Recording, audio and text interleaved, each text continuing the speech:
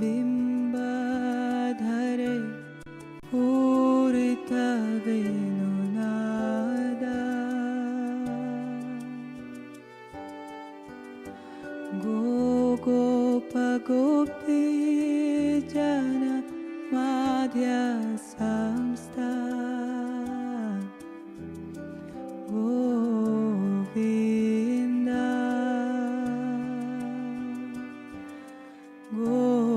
Govinda Damodara Madhaveti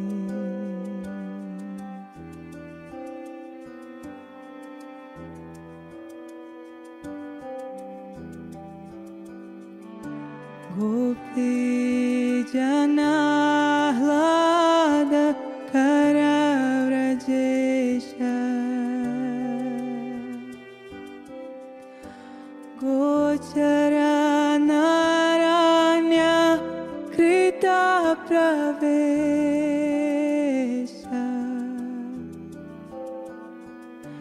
Jive Pibasvamritam Eta Deva Govinda Govinda.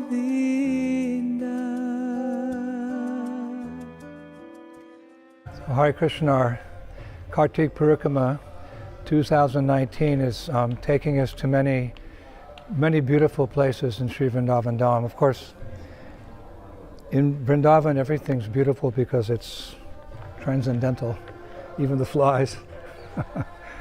But this year we've chosen to go to some very brand new places. And we did some research and we've found this very beautiful spot in Sri Vrindavan dham, about an hour and a half's drive from the Vrindavan town. And this is called the Forest of Biharvan.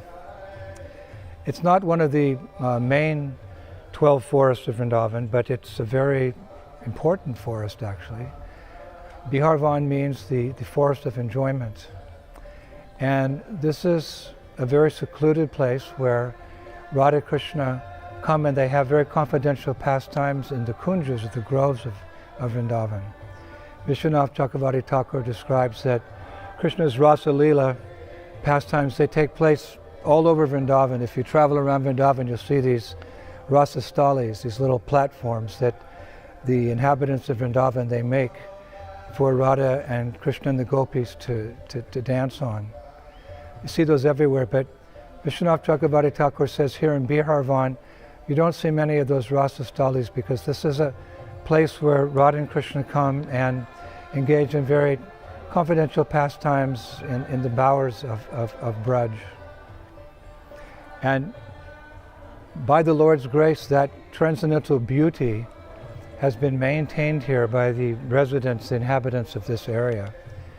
If there's any place I've been in Vrindavan which you can see even with our naked eyes, with our conditioned eyes, it looks like Vrindavan must have looked 5,000 years ago, it's Biharvan. It's just amazing, it's breathtaking. When you walk in, you see the foliage, the trees, and the bushes, and the squirrels, and the rabbits, and the peacocks, and the parrots, and the blue deer, the blue cows. You see all that here, and it's just so captivating to the heart. And this Biharvan is known also as a place where the cows are nicely protected. Here's a cowherd man. And you can see this calf's just been born like a day or two ago, 2 days ago, brand new. And already she's so peaceful and she's so happy because here they treat the cows as they're meant to be treated, as our mothers actually. One has a special affection for the mothers. So the cowherd boys, they have a special affection for the cows. So the cows feel very loved and therefore they give love. When we walked into the forest of Biharvan, the cows came up to us, almost as if to greet us, seriously. And they were smelling us and rubbing up against us and wanting us to nudge them and pet them. So yeah, that's Vrindavan. And we know that cows are very, very dear to Lord Krishna. So many paintings and pictures we see Krishna with his cows, and The Vishnu Purana explains how dear cows are to Krishna. Namo Brahmanya Devaya Go Brahmanya Hitaya Cha Jagaditaya Krishnaya Govindaya Namo Namaha. The two things are especially dear to Krishna, the Brahmins and the cows. And the Brahmins, obviously, because they are acting as spiritual preceptors, spiritual teachers in society. Their sole profession, you could say, is one of compassion, that they're always giving spiritual discourses day and night. They don't move around very much. That's why the Brahmins always have a big belly. They don't exercise a lot. They're just always preaching Krishna consciousness. So important to have that spiritual message permeating through human society, especially in Kali Yuga, when people are very forgetful of the importance of spiritual life, to have brahmanas doing that. Therefore, they're very dear to Krishna, because Krishna himself comes from the spiritual world with a spiritual message. It's encapsulated in his 700 verses of the Bhagavad Gita. So those who continue that message, they're very dear to the Lord. And as dear are the cows, because just, for example, material maintenance. We need to have some material maintenance so that we can practice our spiritual lives. Prabhupada said, if you have an acre of land and a cow and a bull, all your economic problems are solved. If you're into simple living and high thinking. The cow, the bull can plow the fields, and we get the grains and the vegetables and ultimately the fruits. And Mother Cow, she gives milk. And Prabhupada describes that milk is a miracle food, in the sense that by drinking hot milk in the evening, the cells in the brain which have died, because as we grow older, the brain cells die, but they're replenished by drinking hot milk. And that's important, because we need a good brain to understand Krishna consciousness. Our whole movement is based on a very solid foundation of philosophy. Prabhupada would often say this, although we're singing and dancing, this is not a sentimental movement. It's based on a very sound philosophy, from the Vedas, the Upanishads, the Puranas, the Itihasas, etc. So to understand that, you need some intelligence, and that intelligence is sharpened and maintained and nourished by the milk from Gomata. So therefore we say holy cow. People, why do you call the cow holy? Because she's making our lives holy. She's helping us to understand philosophy, by which we can go deeper and deeper and deeper into the wonderful science of Krishna consciousness and the pastimes of Krishna here in Vrindavan dham. So cows are very, very dear to Krishna. This one's getting a little restless. Hold on. We hear when Krishna was present here 5,000 years ago, his father Nanda Maharaj had a herd of 900,000 cows. And they're all different shapes and different colors, combination of colors, different moods, etc. like that. And Krishna himself, he had a pet bull. Children like to have pets, so Krishna's cowherd boy, so he had a little pet. The bull was called Padmaganda. It's described in Shastra that little pet bull, he was very handsome. He had expansive gold-plated horns. His hooves were studded with gems, and he always wore a permanent, ever-fresh necklace of garland of red flowers. Very beautiful description. And Krishna, when he got up in the morning, one of the first things he did, of course, was go to milk the cows, and he would greet the cows with the following words. "O mother, have you rested well? O father bull, are you happy?"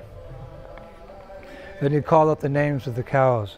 "O Ganga, Godavari, Kalindi," he knew all the cows' names, and the cows, they could smell the fragrance of Krishna, and they would just, their hearts would melt with that, and they would drink his beauty through their eyes. So these cows are described in a very, very beautiful way, and Krishna would milk the cows, but Vishwanath Chakravarti Thakur said that really there was no need to milk the cows, because the cows, upon gazing upon the beautiful face of Krishna, their beloved Lord, the milk would automatically flow from their teats. See the loving exchange. All these cows in the spiritual world, we shouldn't think of them just as animals. Actually, they're liberated souls. They're eternal Brajbasis, and they're rendering a particular flavor of service to Krishna, a particular type of love that Krishna enjoys very much. Everything in Vrindavan is permeated with transcendental love. So these are great self-realized souls that their rasa with Krishna is one of a cow. So Krishna reciprocating loving dealings with all these different cows. Vishwanath Chakravarti Thakur, he says there's two types of cows in the spiritual world. Some of them are Nitya Siddha, eternally liberated, and others are Sadan Siddha. They're devotees who came in contact with Krishna consciousness on this earthly planet, revived their Krishna consciousness, and went back to the spiritual world. But whether one's a Nitya Siddha or a Sadan Siddha in the spiritual world, both are considered eternally liberated. And Vishwanath Chakravarti Thakur, he describes those cows in a very poetic way. One of my favorite readings, he said, these Surabhi cows, they are like Chintamani jewels that fulfill any desire. Their mooing is the most beautiful poetry. These happy cows are like a pleasant summer, and they always lift their ears when they hear Krishna's flute.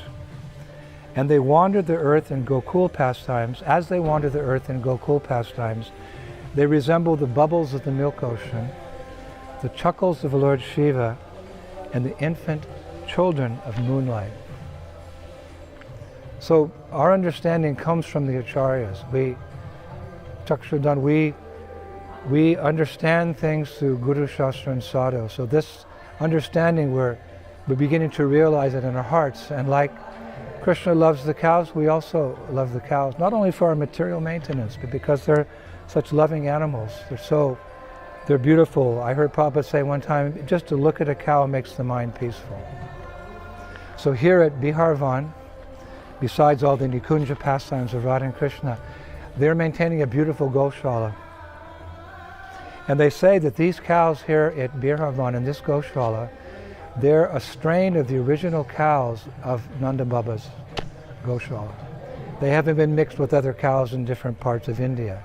So if you want to see what the original cows were like, what they look like, what was their mood of love, how beautiful, how pleasing they are to Krishna, come here to Biharvan, walk through the forest as it has been for 5,000 years, peacocks, birds, and come and just, as Krishna would do, I read when Krishna gets up in the morning, the first things he gives a loving embrace to the cows. So come to Biharvan and see this beautiful kunja of Radha and Krishna's pastimes and see the beautiful cows, make your mind peaceful, and do some cow seva. By doing some cow seva, Krishna will be very pleased, and one day he will bless you with his ultimate benediction of Krishna Prema.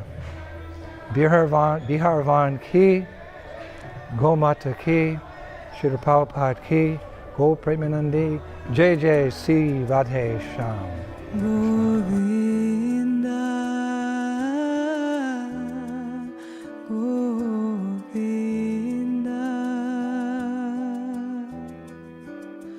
Govinda, Damodara, Madhaveti, Madhaveti.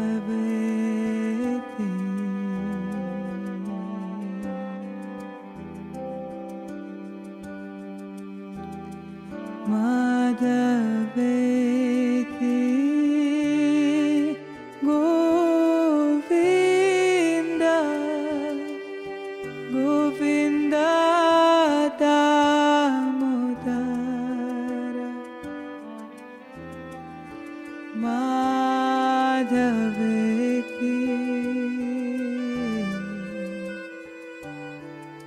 Madhaveti.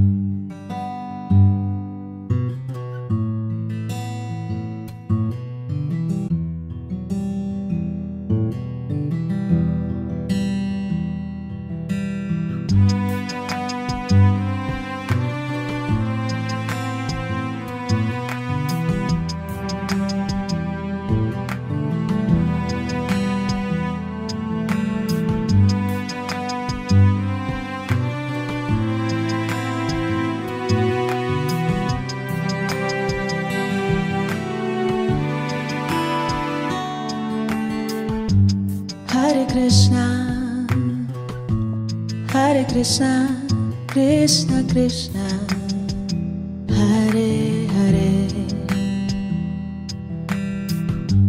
Hare Rama, Hare Rama, Rama Rama, Hare Hare.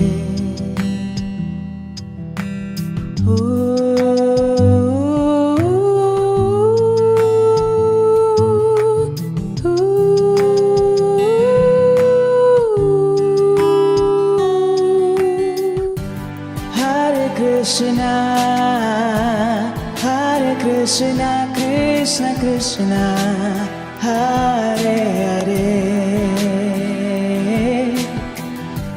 Hare Rama, Hare Rama, Rama Rama, Hare Hare, Hare Krishna, Hare Krishna, Krishna Krishna, Hare Hare, Hare Rama, Hare Rama, Rama Rama, Hare Hare.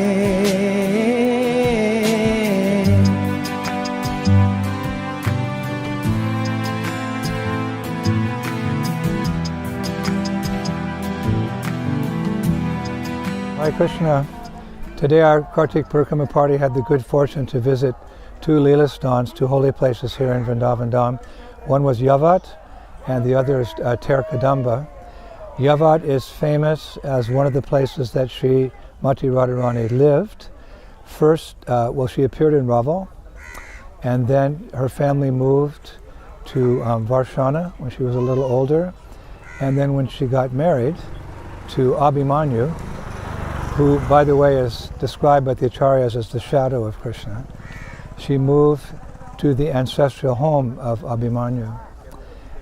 His mother is there, Jatila, his sister, Kotila, and all of them together make it very difficult for Radharani to meet Krishna. And very difficult for Krishna to meet Radharani as well, because, well, she's quote-unquote married, and but nonetheless, Radha and Krishna have a very deep, loving relationship. So it's all accented, you could say. The impediments to meeting make the meeting even more sweeter. It's all keli, it's all playful pastimes in Vrindavan. The mood of Yavat is that Radharani considers it like a prison. She's always trying to get out to meet her beloved Krishna, and Krishna's always trying to enter into Yavat to meet Srimati Radharani. And there's many pastimes connected like that. So we visited there, we discussed this rasa, these playful pastimes, and we sat at Kishori Khund. Kishori is, of course, one of the many names of Srimati Radharani. The Khund, the lake there, is named after her, and it's very beautiful. And actually that's where Srimati Radharani, when she's living at Yavat, that's where she takes her bath every morning. And as such, because it's her Khund, just like Radha Khund is very special because it's the place where Vrindavaneshwari, Srimati Radhika, takes her snan or her bath. So Kishori Khund is also equal, you could say, in the sense that that water is divine. And it's stated in Shastra that just one drop of that water on one's head, one can fulfill all of one's desires. So one has to be careful when it comes to Vrindavan and hugs desire trees and rolls in the dust, the Brajreno of Vrindavan, and wanders and is seeking to find Krishna, praying in various ways to fulfill our desires. One has to be very careful not to mix any material desires in there. So one time Kamsa, the great tyrant Kamsa, he heard from his spies who were going around Vrindavan trying to arrange different places that Krishna's demons could come and try to kill Krishna. They saw the Braja Gopis and they were just amazed how beautiful these young girls were. In particular, one girl, Vrindavaneshwari, Srimati Radharani. So this news came back to Kamsa. So Kamsa, he decided he wanted to actually come to Vrindavan. This is Shastric. He wanted to come to Vrindavan and kidnap Radha and make her his queen. Like Ravana wanted to kidnap Sita. So he made an excuse. He was going to go and look, take a tour of his kingdom, etc. He brought thousands of soldiers and chariots and flags and everything, and they all came towards Yavat. They left Mathura and came to Yavat. And as they got a little closer, Kamsa told all the soldiers to wait some distance behind. He was going to find Radha himself. To make a long story short, he came to that Khund, and as he approached the Khund, because he's an Asura and the Khund is so pure, the Acharyas say the Khund shrunk. And the birds stopped singing, and the soft breezes stopped blowing. The influence of Asura. So anyway, he was thirsty, so the Acharyas say he took some water, and as soon as that water touched his lips, he turned into a gopi. There's different versions of the story, but this is the Shastric version we found. He turned into a gopi, and he was shocked. He saw his reflection, his beautiful eyes and eyelashes and his petite form and the bangles and the jewelry, and he was shocked. And he said, I don't want to be like this. I'm a king, I'm a ruler, I don't want to be a gopi. The power of Vrindavan, that even an Asura like that can externally get that form, not internally, but internally is the real thing. So at that moment, two gopis came to take water from the Khund, and one of them was Lalita. She understood the mind of Kamsa, and Kamsa pleaded to her, please get me out of this situation. So Lalita took Kamsa to see Radha. Radha gave him darshan, and Radharani knew his purpose in coming, and he was begging her to free him from that form because he's an emperor. So she said, I'll make a deal with you. We will change you back into your other form if you promise never to send any more demons from Mathura to try to kill our Krishna. So Kamsa said, yes, I promise, I promise, I promise, I promise, I promise, I promise. So Radharani said, you really promise? Because if you break your promise, I'll make sure you're a gopi forever. So Kamsa fell down on the ground and asked for forgiveness. And so Radharani said, to Lalita, take him to back to the Khund, and he'll bathe in the Khund, and he'll get back that form of Kamsa, which is actually what happened. And one of the Acharyas has commented that as Radha watched Lalita and Kamsa go back to the Khund to change back into his form by bathing there, that Radharani was thinking that the way he achieved that gopi form is the same aspiration of the Sahajas who, by any proper practice of Krishna consciousness, just dressing as a gopi, tried to assume that form of a gopi. It's not like that. There's a whole process beginning from ado shraddha tata sadhu sangha to bhajana kriya, from the general practice of Krishna consciousness. It's a long haul, but we know the Siddhanta. So then Radha thought, actually, but one can achieve that the topmost platform of Krishna consciousness, if it's such, to be a gopi or a gopa, or a tree or a cow in the spiritual world, by the mercy of Lord Chaitanya and service to a Sankirtan movement.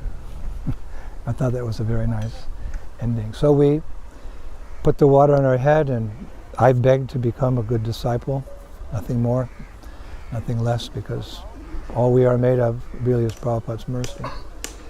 To continue serving him life after life. Then we walked from Yavat here to Terkadamba. It's a famous walk actually through the fields in the dust, just like Vrindavan was in the old days, in the town proper. It took us about an hour to get here with 350 devotees, and we explained the glories of Terkadamba. In brief, Tara means to call, and Kadamba means tree. So this is one place where Krishna, after he took charge of the cows, after Gopastami, he would bring the cows here to this beautiful forested area, and they would graze the cows here, Krishna, Balaram, and the boys. And when it came time to go home, back to Nandagram, Krishna would climb a big Kadamba tree, and with his flute, he would call the name of each and every cow. Now, Nanda Maharaj has 900,000 cows. That's why he's called king. He's not a king in the sense of a Kshatriya, but real wealth in Vedic culture is not coins and paper money. It's land and cows. So he's king because he had 900,000 cows. So the cows would come and they'd graze, and in the evening they'd go home. Krishna would climb the kadamba tree, and with his flute he would say the name of each of the cows, and he had a string of pearls, like counter beads, 900,000. So as each cow came, he'd pull the pearl down, and then when all 900,000 were, they'd go home. Another very significant pastime for us Gaudiya Vaishnavas is this is one of the bhajan kutirs. The bhajan stali is one of the places that Rupa Goswami would come and do his bhajan. The Goswamis would go all over Vrindavan. They had different bhajan kutirs, different places they chanted and read and wrote the scriptures that Mahaprabhu requested. He very much favored this place, Ter Kadamba, and this is where he wrote Upadeshamrita. The British government stated in their investigation into our movement that the book which most perfectly describes our philosophy and culture is Upadeshamrita with Prabhupada's purports. Found that very interesting. He wrote that here. In the midst of writing that book here, one day he just remembered on that day, he thought, oh my gosh, I forgot. Today is my brother, my older brother, Sanatan Goswami's appearance day, and I have nothing to offer him. Sanatan Goswami at that time was staying at Nandagram at Pavana Sarovara, a beautiful lake next to Nandagram. He was doing his bhajan there, not far from here. So Rupa Goswami is in great anxiety. He wanted to honor his brother. Just at that moment, a young girl came out of the jungle carrying a big plate of sweet rice. Big plate of sweet rice. And she came up to Rupa and she said, you know, there was a wedding at Nandagram and I saved this sweet rice for you. You're a Baba living in the forest. Will you please accept it? So Rupa was in ecstasy because now he had something to give Sanatan Goswami. Many devotees know this pastime. So he took that sweet rice and he went to Pavana Sarovara, he went to Nandagram, and he offered it to Sanatan Goswami on his appearance day. Sanatan Goswami said, you know, you're a Babaji, you don't have the means to cook such an opulent preparation as this. You live by Madhukari, you live by begging. You go to 4 houses a day and get your sustenance. And where did you get this? Oh, Rupa said, you know, Rupa Goswami said this young girl came with the sweet rice, and so they tasted it, and when they tasted it, all the 8 symptoms of love of God had appeared on their bodies. Tears flowed from their eyes, their hair stood on end, their voice, and they fainted. And when they woke up, Sanatan Goswami said to Rupa Goswami, where did you get that sweet rice? You know, one girl came. What did she look like? What were her mannerisms? What were her characteristics? So as Rupa Goswami started describing this young girl, they both realized that through that description, it was none other than Vrindavaneshwari Srimati Radhika herself. She's so kind. Very deep, loving exchange between Radharani and her devotees. So that pastime also happened here. So this is a favorite place of Gaudiya Vaishnavas. Yavat, where it's arranged in such a way that the obstacles are there to meet Krishna, so the meeting is very sweet. When Krishna gets into Yavat and Radharani gets out, and then the long walk through the fields here, and then Ter Kadamba with its history, we're very much relishing, and we're coming to the conclusion of our Kartik Parikrama. So we have mixed emotions now. We're so much relishing, we feel so purified. We're so grateful to Prabhupada for inviting us here. I mean, we're lamenting it's soon going to be over, but by Krishna's grace, Prabhupada's mercy, we hope to be back again next year. If you're watching these videos, keep in touch and come with us, because nothing compares to actually coming to the original dham of Sri Vrindavan dham and Shravanam, Kirtanam, Krishna Smaranam. Thank you very much. Hare Krishna. Hare Krishna, Hare Krishna, Krishna Krishna, Hare Hare, Hare Rama, Hare Rama, Rama Rama, Hare Hare, Hare Krishna, Hare Krishna. Krishna, Krishna Krishna, Hare Hare, Hare Rama, Hare Rama, Rama Rama, Hare Hare.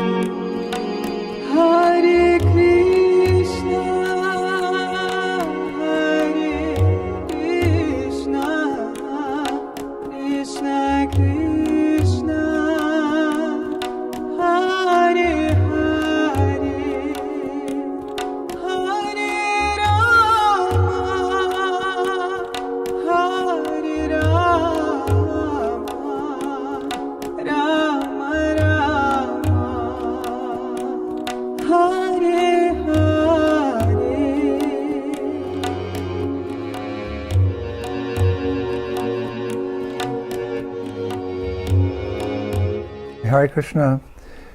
Today, on our Kartik Parikrama, we're very blessed to come with a large group of devotees. Actually, our group has swelled to 350. Nothing like Vrindavan Swami's 8,000, but very nice devotees, and from 14 different countries. And we've come to the village of Karhala, which is the home of Champakaleta, one of the Astasakis, one of the 8 girlfriends of Srimati Radharani. As we know, Srimati Radharani, she lives in Varshana with her family, but her close girlfriends, the 8 Sakis, their villages are around Varshana. Like if you could look up at a bird's eye view, you'd see all the different 8 villages of the Sakis. And each of those Sakis also has 8 very close friends. And they have 8 friends, and they have 8 friends. It's called Gopi Gana. There's millions and millions, actually, of different groups of gopis with different colors of dresses, different attitudes, different services. There's that saying that variety is the spice of life. And that's especially true in the pure world of Vrindavan. So I just like to name the 8 girlfriends of Champakaleta, because it's just so sweet, the names. Padma Nayana, Sunetra, Kama Deepika, Navanita Priya, Pradipika, Sukarni, Raksan Yukta Venika. and Sukeshi. So Champakaleta, it's described that she's 2 days younger than Srimati Radharani. Her complexion is like a cluster of yellow champak flowers. She's a master of cooking in all 6 flavors. She has a special name, actually. She has a nickname. I never heard that before, that the residents of Vrindavan have nicknames. Her nickname is Mishtahashta. Mishtahashta means sweet hands, and she's given that name because she's very expert. Her specialty is making candy for the pleasure of Radha and Krishna. And she serves the divine couple by offering them necklaces, and she's always fanning them with a chamara. When we think this is the spiritual world, there's be so many grand activities going on, but it's not so much the activity in Krishna consciousness as the consciousness behind it. Like Krishna says in the Bhagavad Gita, one can offer me with love a fruit, a flower, or a leaf. These are small things, but the main ingredient in Krishna consciousness is devotion. So when we get back to the spiritual world, the life in Vrindavan is very simple, but it's saturated with prema. So all the activities the Brajbasis are doing in the village is with pure devotion for the Lord. Champakaleta is also the leader of the gopis who care for trees, creepers, flowers, and bushes in Vrindavan. She knows where every kind of fruit, flower, and root can be found in Vrindavan's forests.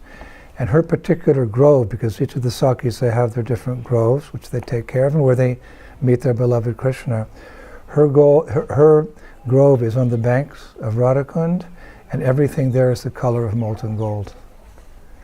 So these are details, but Prabhupada said details a sign of love.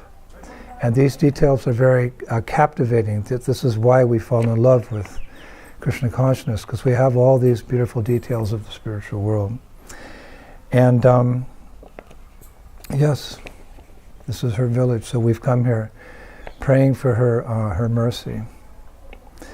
Not far from where I'm sitting right now is the Samadhi Mandir of Bradranabha.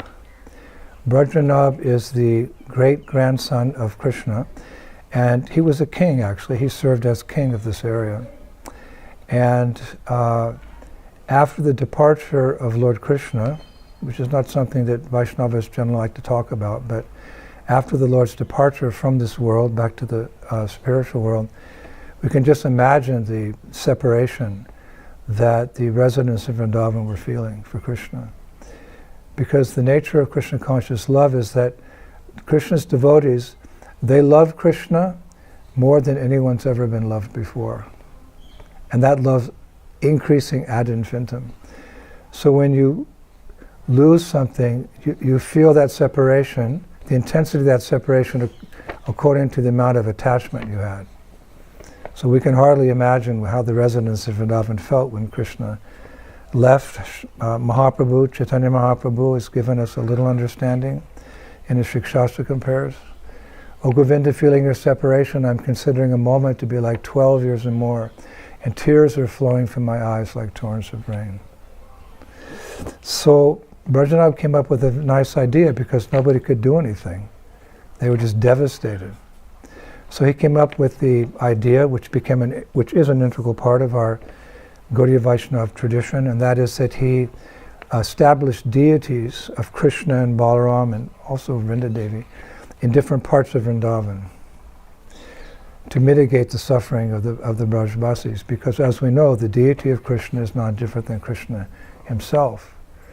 The Brahmin boy who accompanied the elder Brahmin to Vrindavan, the elder Brahmin promised in front of the deity that boy could marry his elder daughter, but when he got back to Orissa, he changed his mind. So the Brahmin boy went back to Vrindavan and came before that deity of Shakshi Gopal, the witness deity, and he asked for his help to stand as witness in Orissa. So the deity said, but I'm a deity, I can't walk. And the little intelligent Brahmin boy said, Lord, if you can talk, you can walk. So that way we can understand that the deity is non-different than Krishna. And one golden rule in deity worship is that we should always remember the deity is a person. So in this way, Vrajanab established different deities around Vrindavan. And those deities are still being worshipped here in Vrindavan. Some of them in Jaipur. One, Keshava, he's being worshipped in Kanpur. Still here 5,000 years later. So Vrajanab's Samadhi is here next to the village of Champakaleta. When samadhis are established, they're established in a holy place, in Vrindavan, near a temple, or near a Leela Snan where something happening. So this samadhi of Bradranab's 5,000 years old. It was discovered just a few years ago by one saint, one Mahatma, one devotee. By historical records, he found it. It's mystical, actually. And he renovated that area. It was just a little rock there marking it, but he built a beautiful mandir there. And these samadhis are very, very, very important because by visiting these samadhis of saints, offering obeisances, circumambulating them, offering prayers and article worships, a sincere devotee can actually receive the mercy of these great souls. We can actually they're present in their samadhis. One time, a disciple of Bhaktivinoda Thakur, a follower of Bhaktivinoda Thakur, he asked if when we pray to the saints or the acharyas from previous ages, do they hear us? And Bhaktivinoda Thakur's reply was, yes, they hear, and they also reciprocate. So these relationships are on the transcendental platform. They're not limited by time and space. Our relationship with great saints and previous acharyas. So when we go to the samadhis, we can pray to those devotees and they'll hear our prayers and they'll reciprocate with us. This is so important, actually, the samadhis in Vrindavan. They're not graves. They're divine places where we can reveal our heart to the saints and ask for their mercy because, well, that's the process of Krishna consciousness. We don't approach the Lord directly.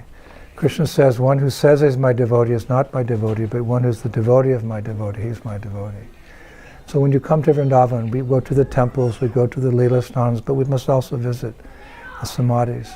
Of course, for ISKCON devotees, our favorite samadhi is the samadhi of Srila Prabhupada at our Krishna Balaram Mandir.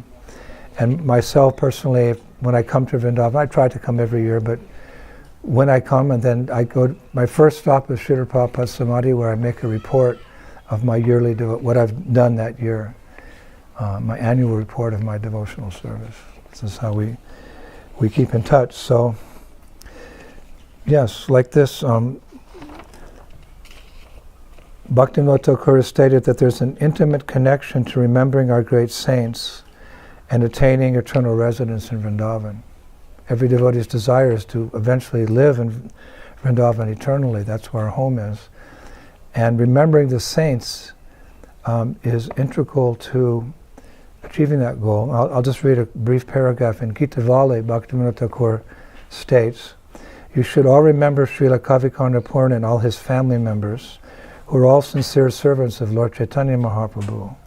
You should also remember the father of Kavikanda Purna, Shivananda Sen.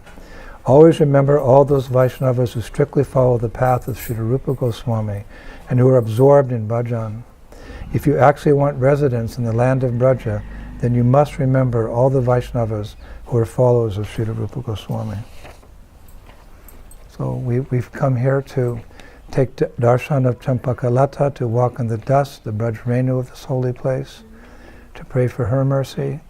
And we've come to this samadhi, the beautiful samadhi of Bradranabha, remembering all the wonderful deities that he established, and we're doing what we do.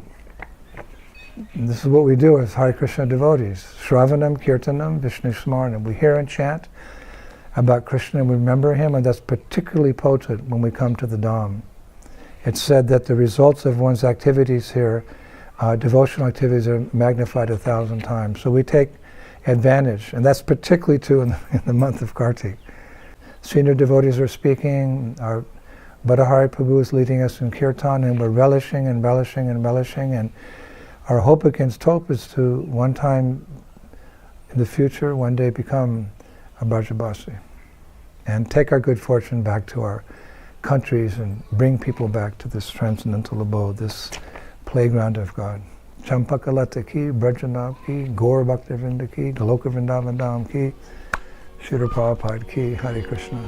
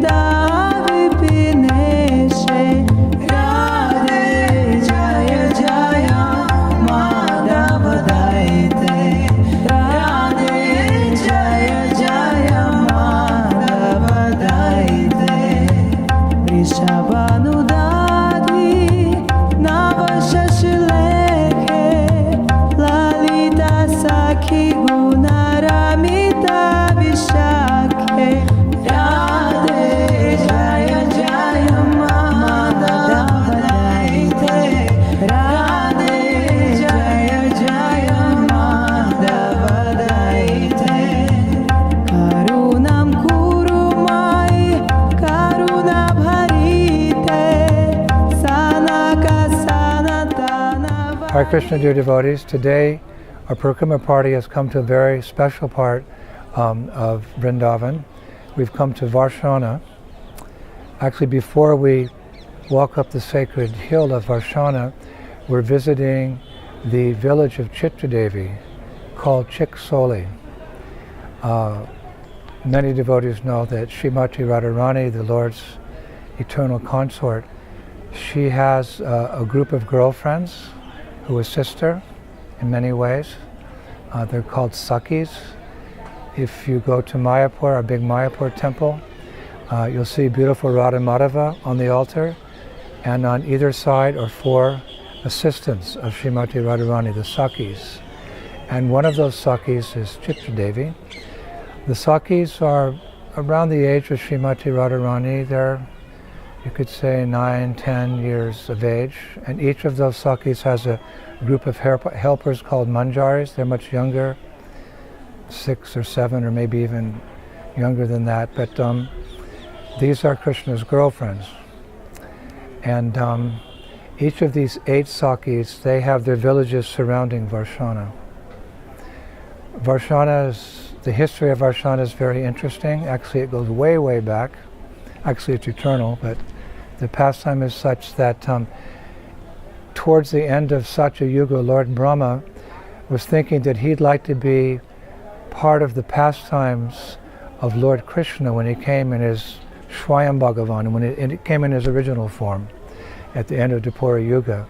So he was thinking what type of service he could do. He was thinking how he could get mercy from the Lord, from Krishna.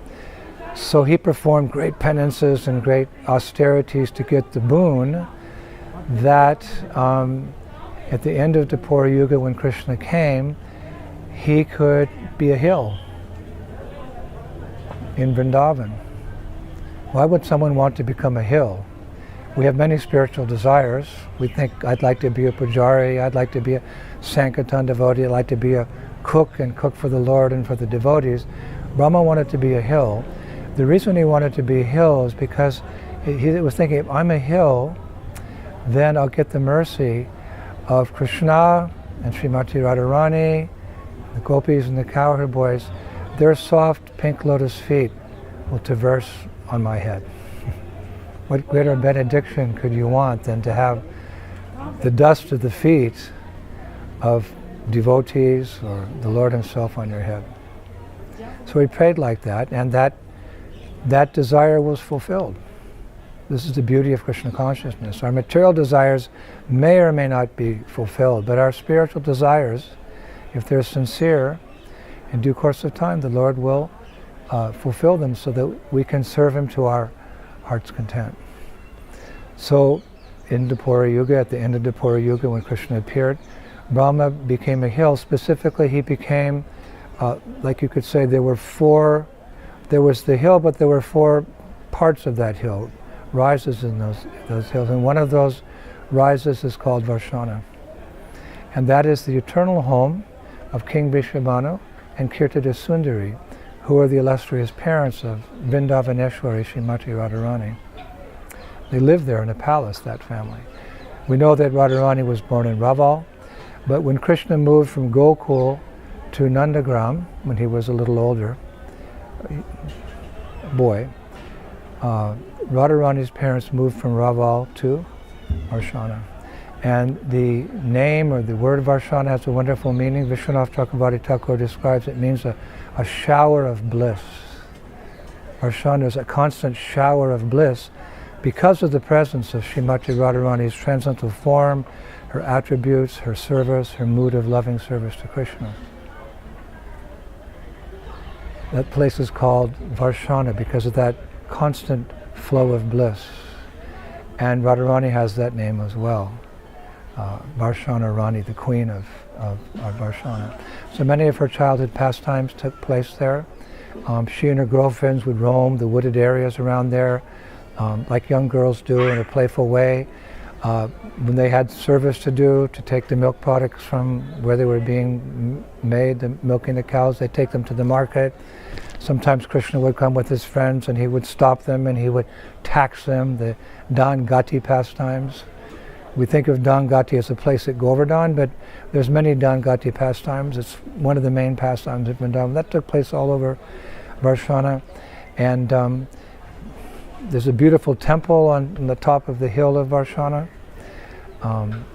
Perhaps part of the original palace, you could say, the palace of King Vrishabhanu. There's a beautiful deity of Shriji, beautiful deity of Radharani that was found by Narayan Bhattacharya, one famous personality who discovered many holy places there. He found that deity is nicely established, so the majesty of the place and the beauty of the place and the mood, the predominating mood of Radharani's Mahabhav is present there, her mercy is there. She's one of the three personalities who experiences that special Mahabhav.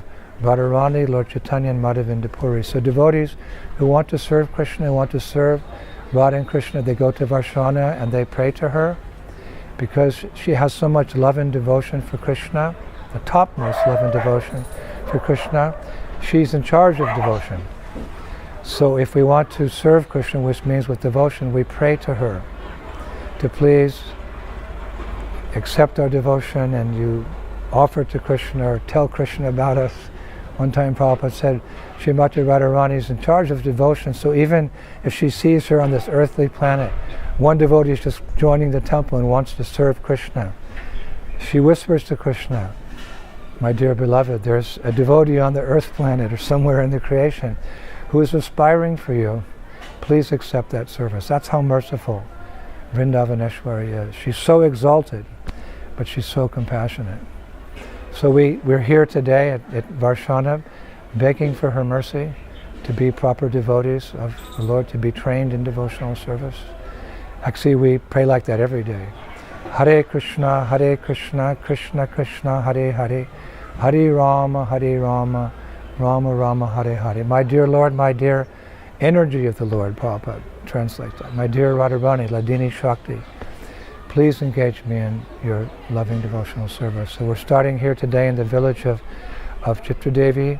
She's one of Radharani's favorite gopis. She's very artistic, she's a good cook, she's a musician.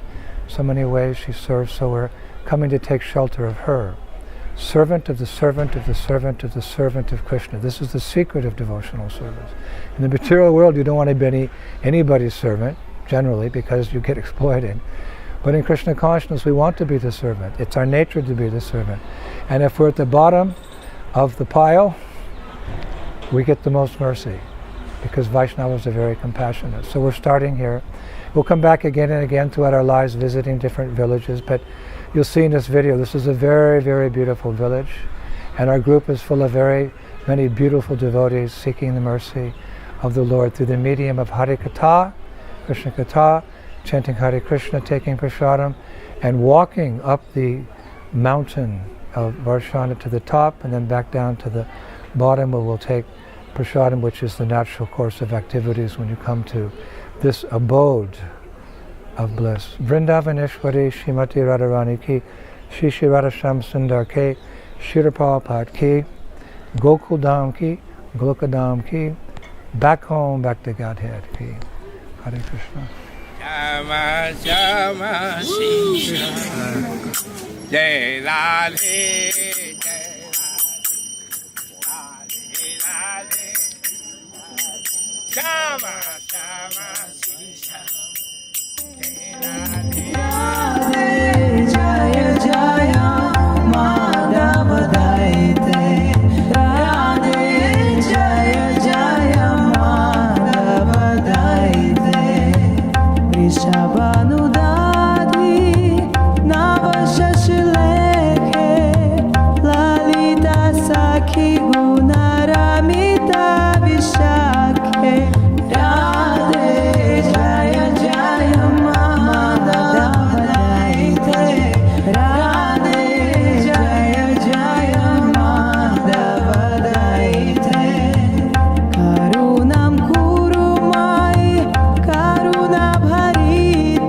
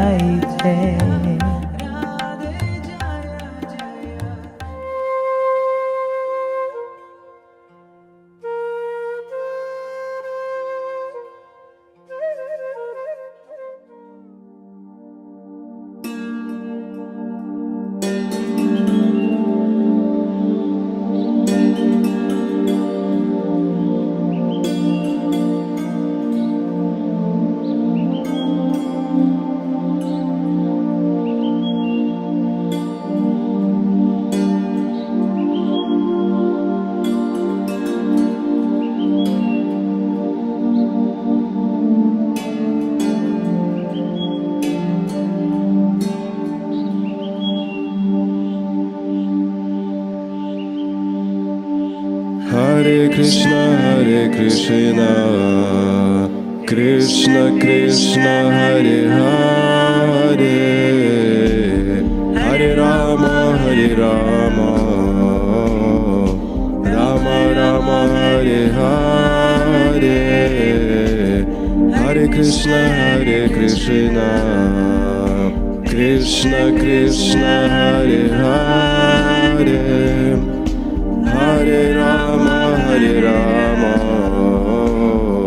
Rama Rama, Hare Hare, Hare Krishna,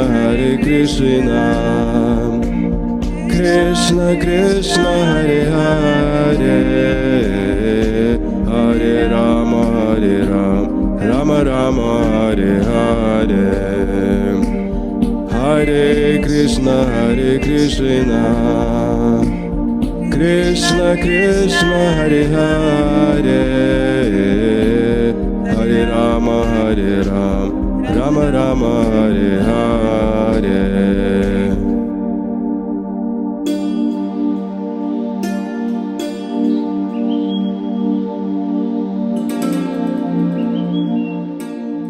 Hare Krishna, today our 2019 Parikrama party has come to a very special, a very unique village in Vrindavan.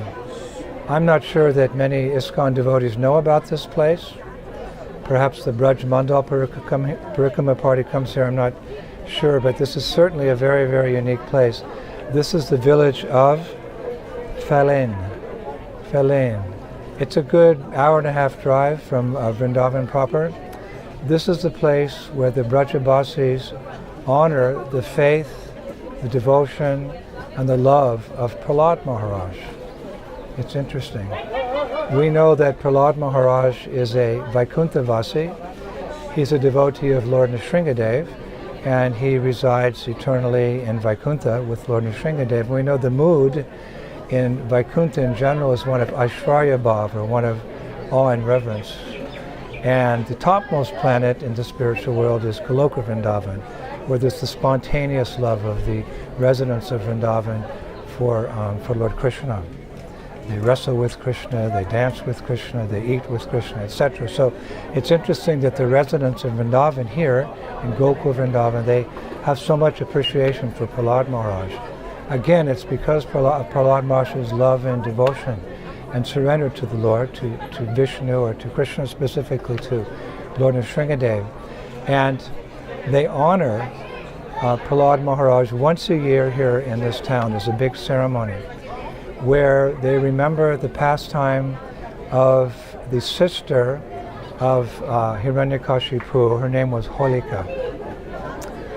We all know that Hiranyakashipu, he was the greatest asura of all time, but the irony of life is such that his son was the best devotee of all time, you could say. An interesting comparison. The greatest asura living with the greatest devotee. There's many reasons for that, but we can get an idea of who we want to follow, which path we want to follow, the path of Hiranyakashipu or the illustrious path of Prahlad Maharaj. But we know the story in the 7th canto of Srimad Bhagavatam, that because Prahlad Maharaj was a devotee of Lord Vishnu, and Lord Vishnu was the enemy of Hiranyakashipu, it got to the point where Hiranyakashipu wanted to kill his own son. Hard to imagine, but he wanted to kill his own son. So he tried in so many ways. He threw Prahlad Maharaj off a cliff. He had him trampled by elephants. He threw him in a pit of snakes. He poisoned him. But it wasn't possible to kill Prahlad Maharaj because he's a devotee of the Lord. Rakhe Krishna Mari Krishna Rakhe. We say in Bengali that if Krishna wants to kill a devotee, no one can save him. And if Krishna wants to save a devotee, no one can kill him. And that's demonstrated perfectly in this pastime of Prahlad Maharaj. Hiranyakashipu wanted to kill him, but he just couldn't because Prahlad was protected by Lord Vishnu. And actually that protection's not given just to pure devotees. The Lord also offers his protection, his mercy, to even aspiring devotees. There's the famous verse in the Bhagavad Gita, Sarva Dharmam Parityajya Mamekam Saranam Braja. Krishna says to aspiring people who are thinking about becoming devotees, just abandon all dharma, material dharma, and surrender to me, Sanatana Dharma. And what will happen? I'll protect you from all sinful reactions. So the Lord's not speaking to pure devotees, Nitya Siddhas, or Sadhan Siddhas. It's appealing to young devotees. So the Lord's protection is there for everyone. So this pastime is very inspiring, actually. Hiranyakashipu couldn't kill Prahlad Maharaj, so he was thinking more and more, how to do this. He's my enemy, he's a devotee of Vishnu, he's preaching Krishna consciousness in the schools, and making all the little demons devotees. It was infuriating him. So he thought, one last resort. I will go to Lord Shiva, Hiranyakashipu was thinking. This is described by our acharyas. And I will ask him for the ultimate destructive force. What is the ultimate destructive force? It's fire.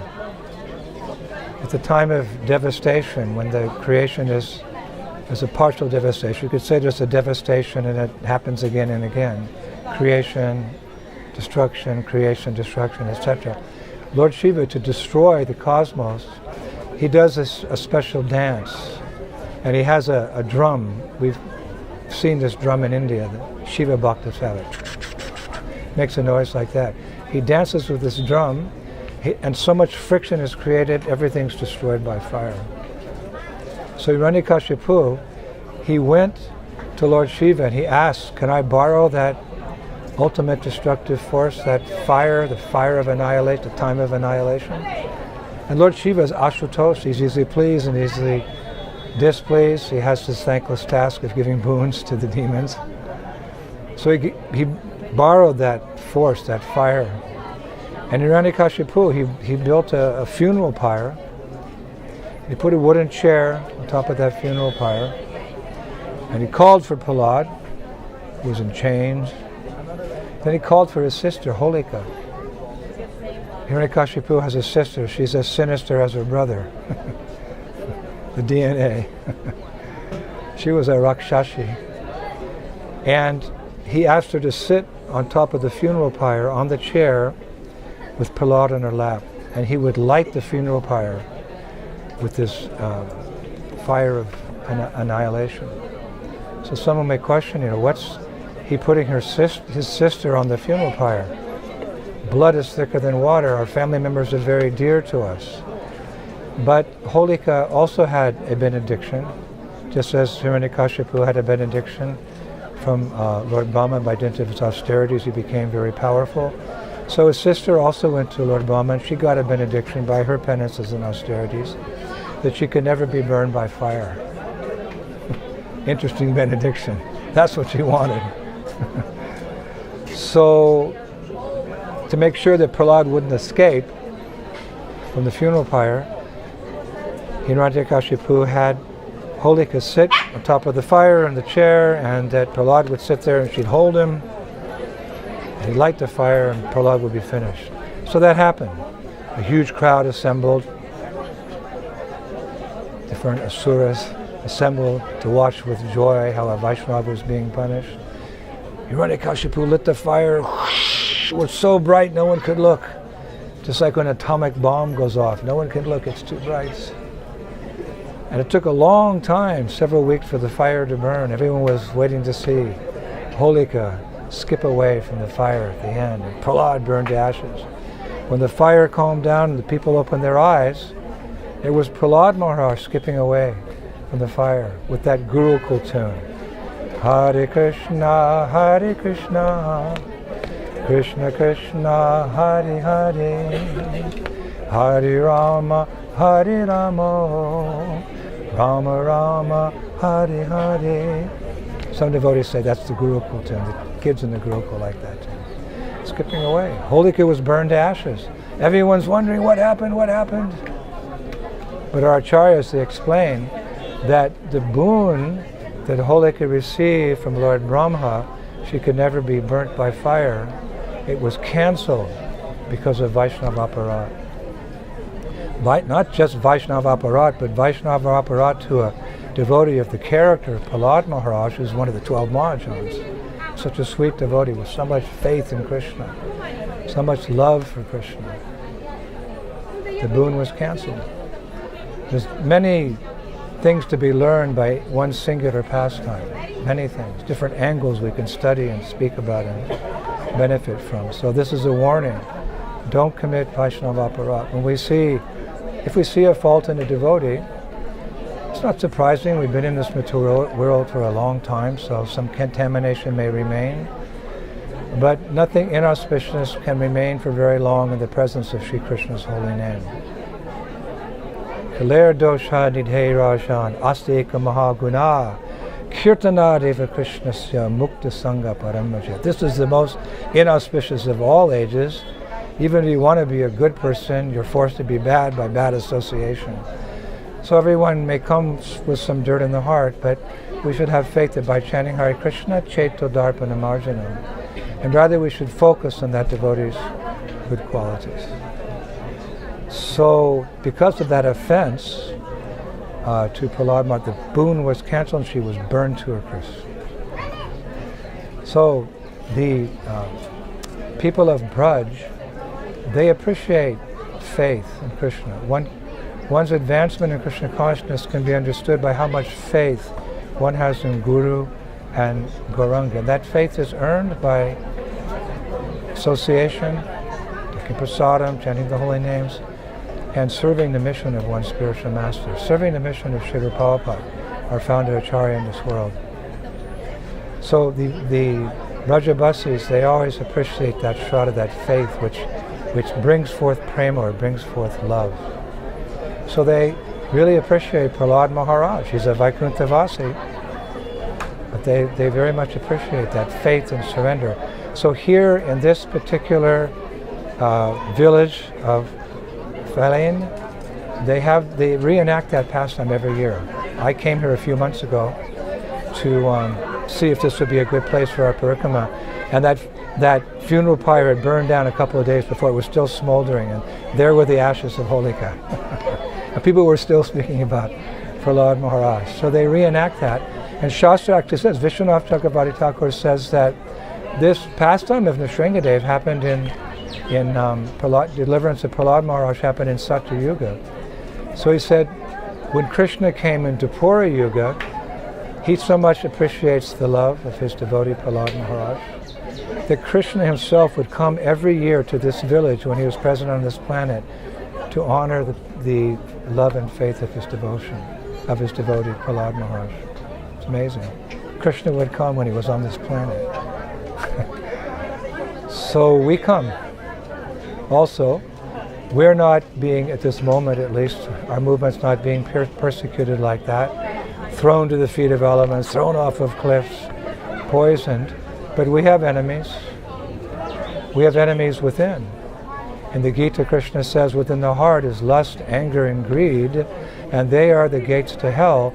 They're the obstacles to our devotion to Krishna. So we come here and we pray to Lord Nrsingadev, we pray to Prahlad Maharaj, help us get rid of our enemies so we can nicely serve Srila Prabhupada, we can be valuable instruments in the service of Chaitanya Mahaprabhu. We come in that mood, we take shelter of Prahlad, we take shelter of Lord Nrsingadev, and we go to the Khund. This is called Prahlad Khund.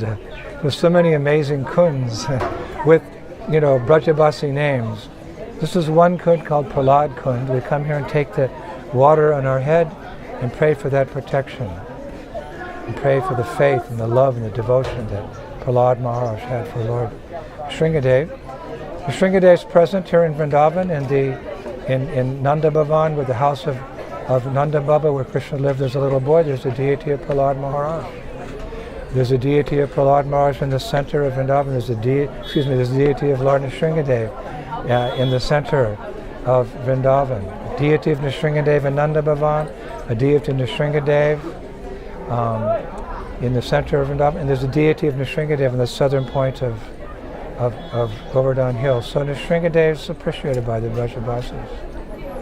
So come to Vrindavan, and if you have the chance, come to this particular village, take the water of Prahlad Khund upon your head, and get the mercy of Lord Nrsingadev, as Bhaktivinoda Thakur prayed. He's on the threshold of Nrsingadev's palace, he says in a poem, praying for that half man, half lion personality of Godhead to remove all anarthas on the path to Braj, so he can properly, with devotion, worship the lotus feet of Shri Shri Vadasham Sundar. Shri Prahlad Maharaj ki, Bhagavan Narasimhadev ki, the village of Fellain ki, Prahlad Khund ki, Gaur Bhaktivinoda ki, Jai Jai Sri Radhe Shyam. Hare Krishna. Hare Krishna, Hare Krishna, Krishna Krishna, Hare Hare, Hare Rama, Hare Rama, Rama Rama, Hare Hare.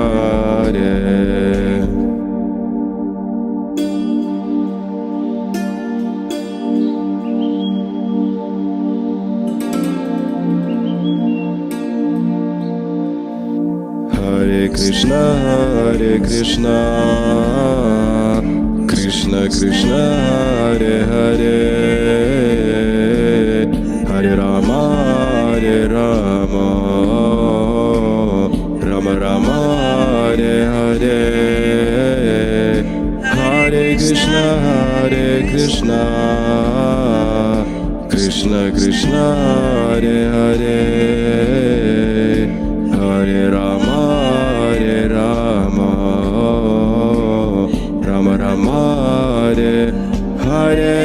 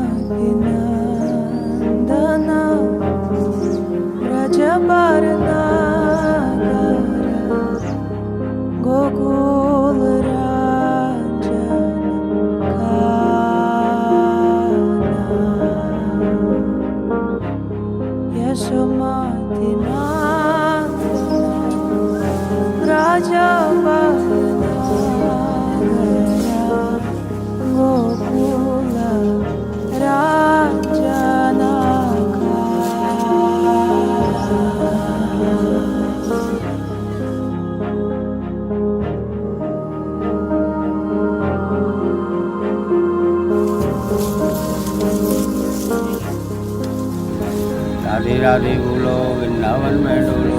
Thank you.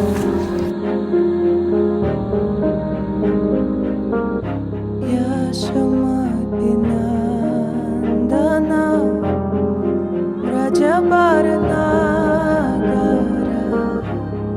गोकुलराजनकानना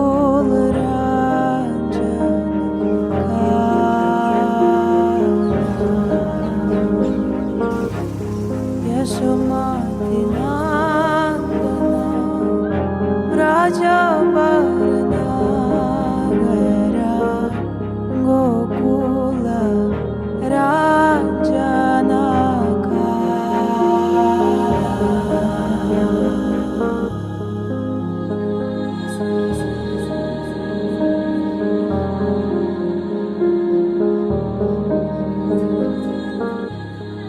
Hare Krishna, and welcome to our Vrindavan Parikram 2019. It's never overstated how much Srila Prabhupada encouraged that his disciples should come to the holy dham, should visit these places of the pastimes of the Lord, and should relish talking about these pastimes while there. Srila Prabhupada himself personally took the devotees around Vrindavan to the different temples and the different places where Krishna engaged in his pastimes when he was appearing here 5,000 years ago. So therefore, following in the footsteps of Srila Prabhupada, each year we try to assemble a group of enthusiastic and interested devotees to come and go to all the holy places that we're able to here in this most holy land of Vrajanab. Today, we have come for the first time to this beautiful place of Akrura Ghat. We all know how Akrura was a great devotee of the Lord, but somehow was engaged in the service of Kamsa as one of his ministers. And due to that service, when Kamsa wanted to bring difficulty, he sent Akrura to secure Krishna and Balaram and take them away from Vrindavan, where he had no success with his efforts, and bring them to Mathura, where he hoped to vanquish them. How foolish Kamsa is, wouldn't you say? At any rate, Akrura came, and after much difficulty, convinced Nanda and Jasoda to place Krishna and Balaram in his care. And Krishna invited all the cowherd boys, you come with me, we're going for wrestling, this will be great fun. And everyone came along. About halfway between Vrindavan and Mathura is this place. And previously, in ancient times, the Jamuna River ran through here. And Akrura stopped to take a light bath and refreshment, rejuvenate himself for the journey ahead. As he went into the Jamuna River, he bathed and then began to say his Gayatri and looked, and there, in the water, at this very place, he saw Krishna and Balaram. But wait, he thought, I've just left them in the chariot. So he got out of the water, went back to the chariot, and saw that they were still there. Oh, it must be the hot sun, he thought. Then he went back to the Jamuna River, and there again he saw Krishna and Balaram. Only this time, Krishna and Balaram manifested themselves into different forms. Balaram became the Seshananta serpent, and Krishna became the four-armed Vishnu lying on him. And in this way, he understood there is no difference in the different forms of the Lord. This was also Krishna's trick to be able to leave himself here in Vrindavan and send another form outside. As we all know, Krishna never leaves Vrindavan.